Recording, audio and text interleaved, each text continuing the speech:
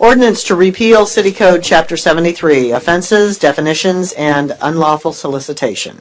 Motion that the ordinance do pass and be adopted. So moved. Second. Mr. Tyus. This ordinance as presented will repeal the unlawful solicitation code provisions in Chapter 73, more commonly referred to as panhandling, and with that relations to that issue. The ordinance was enacted over 2 decades ago with specific findings as to the need for it at that time.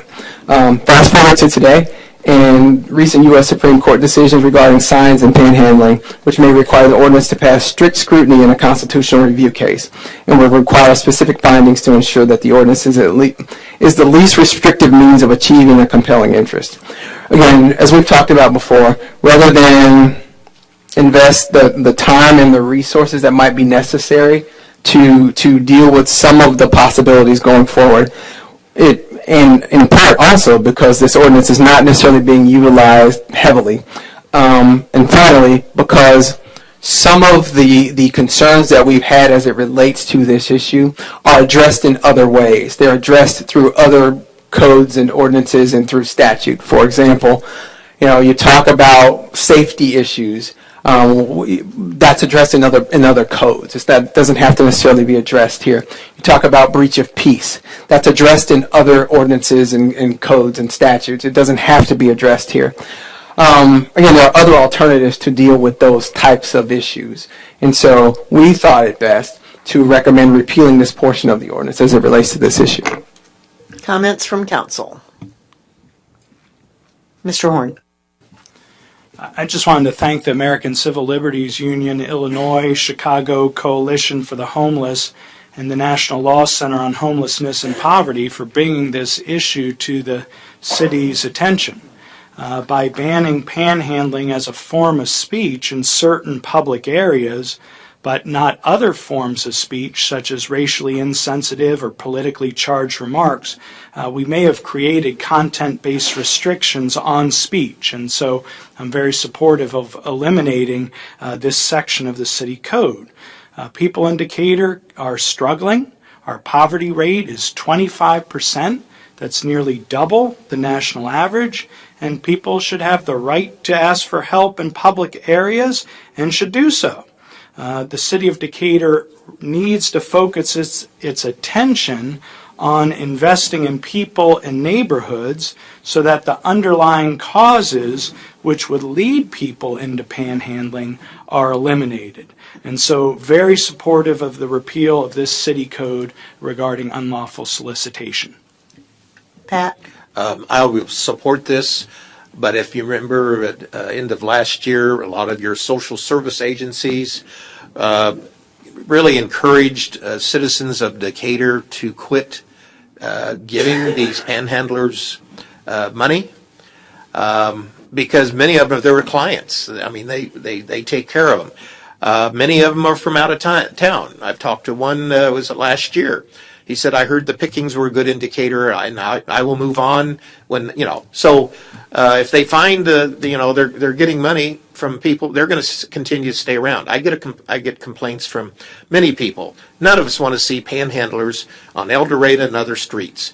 But if you don't give them money, they all move on to other areas. And then I don't know what the percentage of actual homeless are, but very few of them are really, quote, homeless. So again, I go along with the campaign by the social agencies that are requesting people don't give them money. United Way has an entire program, 211, to get assistance to people who actually need it. And I know that they monitor the folks that are out there trying to make sure they can get, and many don't want any help. They just want the money.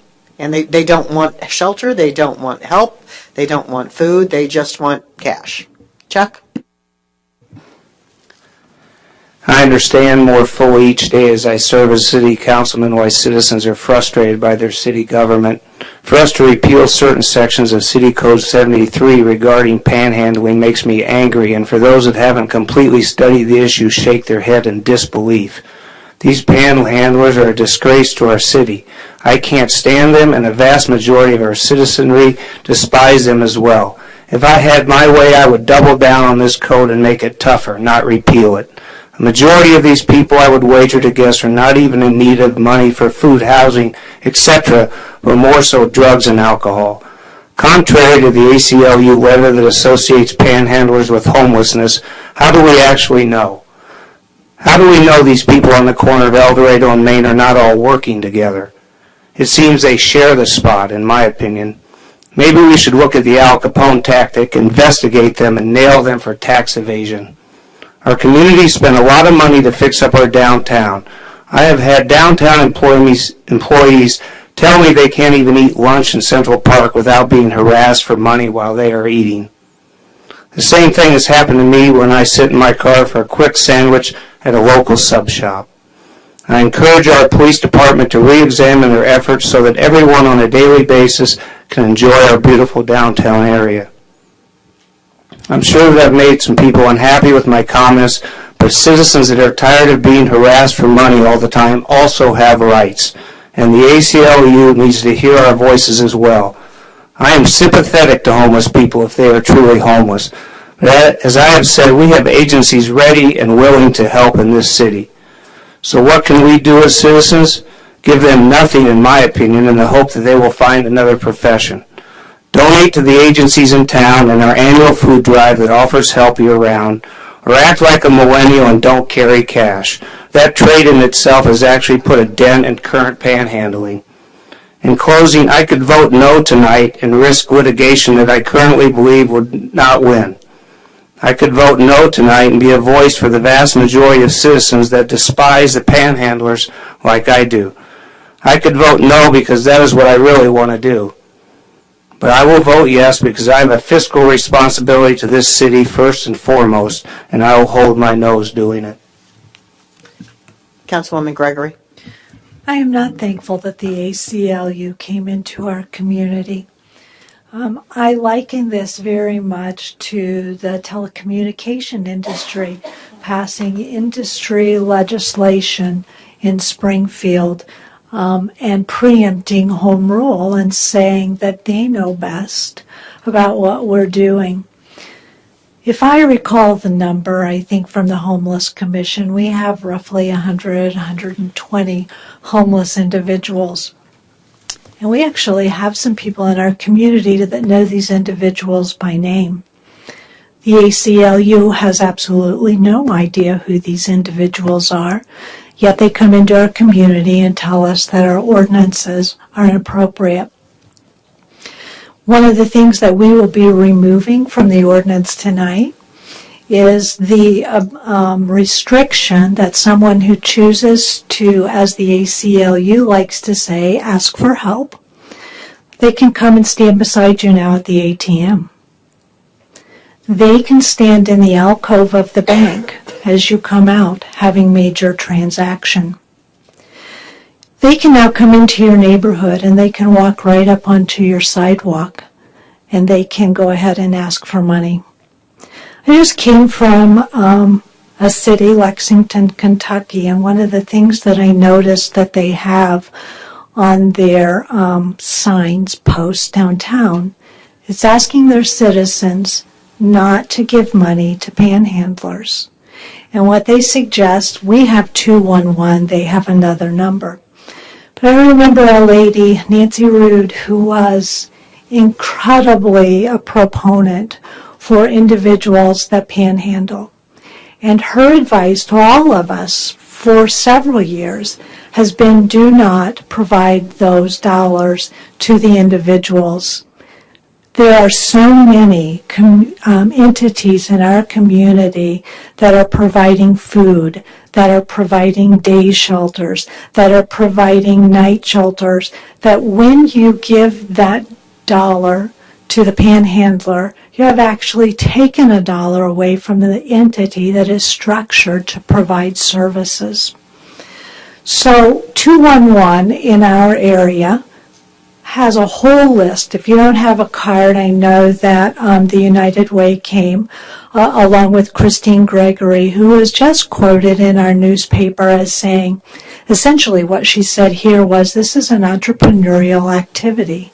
And if you want to see it increased, you will condone it.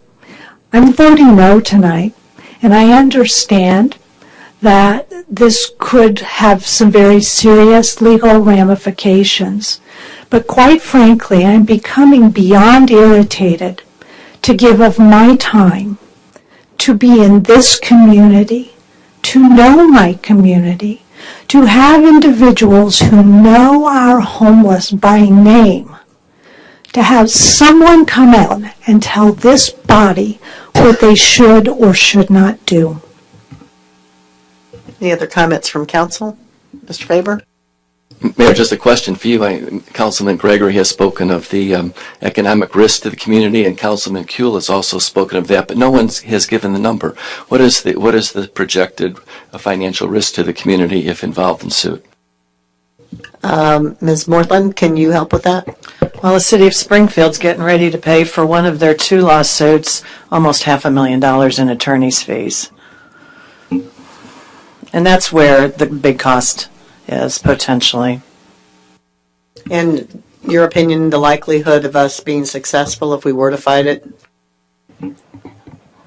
Well, Springfield loses every time. exactly. You've got a good legal staff, but A great legal staff. the U.S. Supreme Court cases, both Reed versus Gilbert, which is a sign case, and the City of Springfield Norton case, which was a U.S. Supreme Court case, and most recently they had round 2, City of Springfield did, and it's only gone to the trial court level. I don't think it's at the appellate court level for them, and I'm not sure what Springfield will do, but, you know, it's in flux, and the Supreme Court is in flux, and, you know, First Amendment cases are in flux, so I wish I could predict, but as it stands,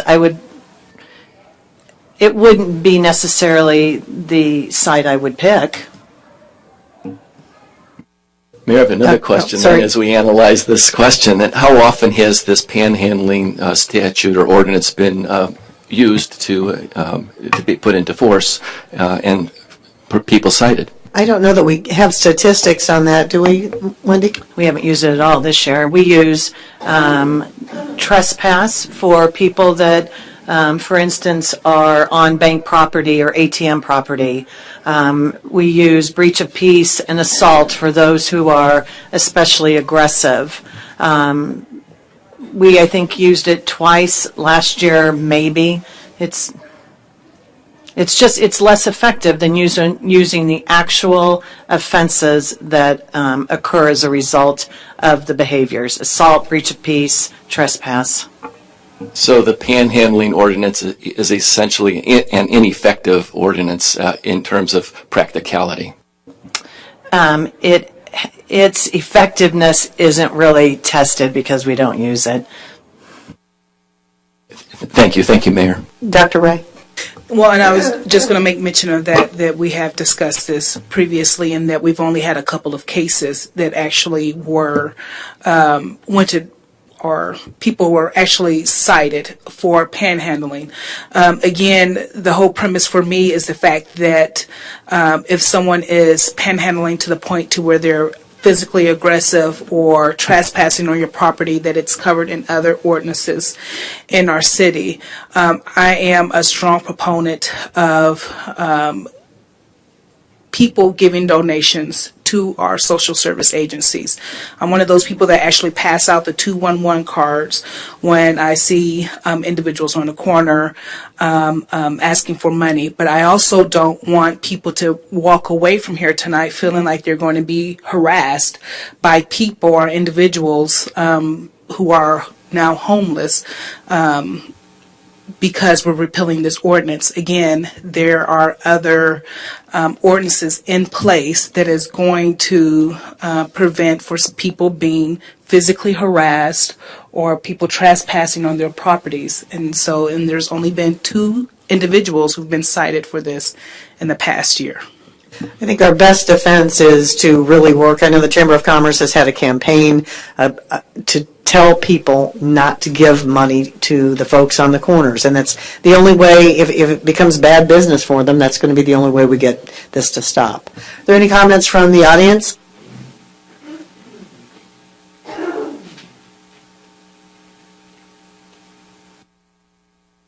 Phillips for the record. I just want an assurance, and I think it'll be there because I've heard you say it, that we won't in any way weaken trespass laws. That my interaction with this ordinance has to do with people who stand on a public sidewalk, and every time a customer drives up to a pump to pump gas, they immediately come across the street onto my property and harass that person until I chase them off. And we've had a pretty good interaction with the police so far that I don't want to lose, and that if a person is known to be doing that, that they can be given a citation that says you're not allowed on that property. And I want to make sure that we don't do anything that prevents that from being continued to be enforced. The bigger problem for me is solicitation on private property. Ms. Morthland? And that's a perfect example of how it's handled now through trespass, for instance, in this case. And that's both ordinance and there's criminal statutes. So it can be handled through the state's attorney's office. And in cases of the most egregious offenders, and Mr. Phillips is probably a recipient of one of those, that's handled through the state's attorney's office because of the level it's reached. Okay, but I probably, the police department and I probably have 25 people that have these little citations that are, in theory, are not allowed on the property. So it works fine, at least if they're told. And because the alternative is that if they violate that rule, in theory, they can be put in jail. And that becomes a serious deterrent as opposed to a fine or something else. I want to keep that in place and not let us lose that ability. So, thank you. I just talked to a retailer yesterday where they worked with the police and banned two individuals.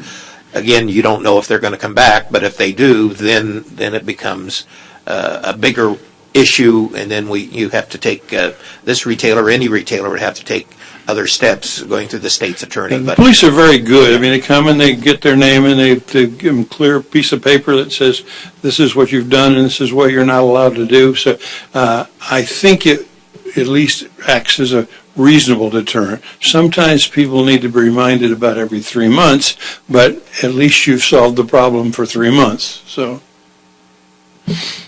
Any other comments or questions from the audience? Seeing none? I'm sorry, I missed one. Miranda, you're not fast enough. I know, I'm trying. I apologize. Good evening, Mayor, Councilmen, and women. I'm Miranda Rothrock, President of the Greater Decatur Chamber of Commerce. About a year and a half ago, panhandling was a serious issue in this community.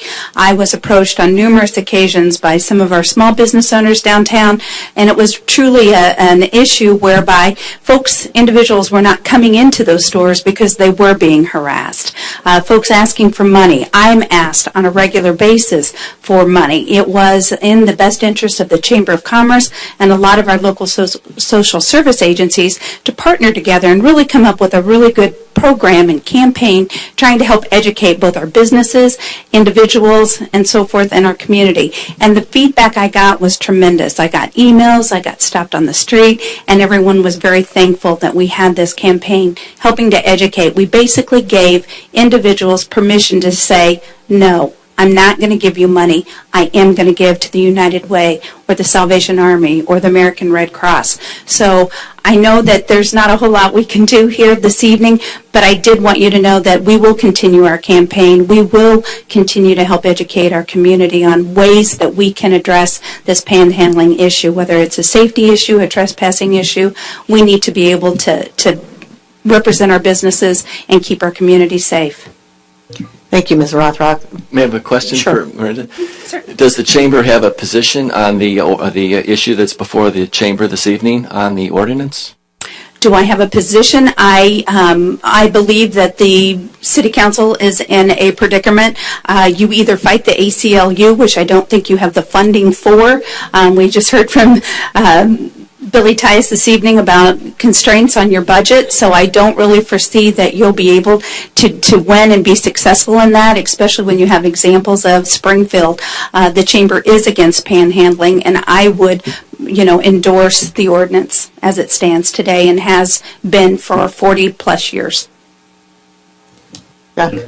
How do you expect the city to pay for the repercussions from the ordinance? Well, that's what I just said. You have a double-edged sword. I don't believe you have the funds. But you would ask us to keep the ordinance? From a chamber perspective, yes. Chuck? I think of all this, no offense to Mr. Phillips, but the downtown area is one that really bothers me the most. And do you have any advice for our chief of police that could, I'm not trying to say that they're not doing a great job. It's just, is there something more they could do that you would like to see? I think empowering our citizens, helping them to understand that they can say no, stop. I had meeting my daughter, 2 young children in a car seat. She's trying to take her babies out of the car seat. I see someone panhandling. I see someone coming up behind her as she's reaching in the car, getting out my little grandson, and I'm yelling from across the street going, back up. Get away from her, because I knew what was going to happen. She was going to turn around with a baby in her arms and just come unglued. I mean, who wouldn't be on that surprise? So, advocating both from a mother and a grandmother standpoint, and again, on behalf of our business. My last comment, Julie, is that we have this beautiful Central Park, and people can't even use it. They don't want to use it because of this situation, and that's all I'm trying to get at. What efforts can we redouble to make that park more useful and inviting to everyone?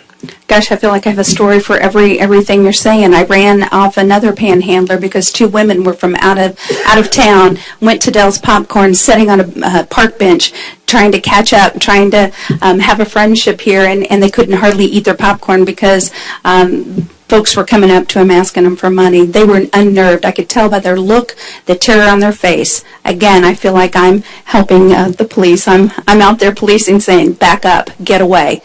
We have ordinances. Mr. Faber? Miranda, one of the suggestions that I have made to our excellent chief of police is to have foot patrol in the downtown area, which would, I believe, eliminate the problem in a large degree. But apparently, we don't have the resources to do that. Well, again, empowering your citizens and your business owners and making sure that you have those great relationships, which I'm sure the Decatur Police Department does. And I think I speak for most of us that we support your efforts. Thank you. Thank you.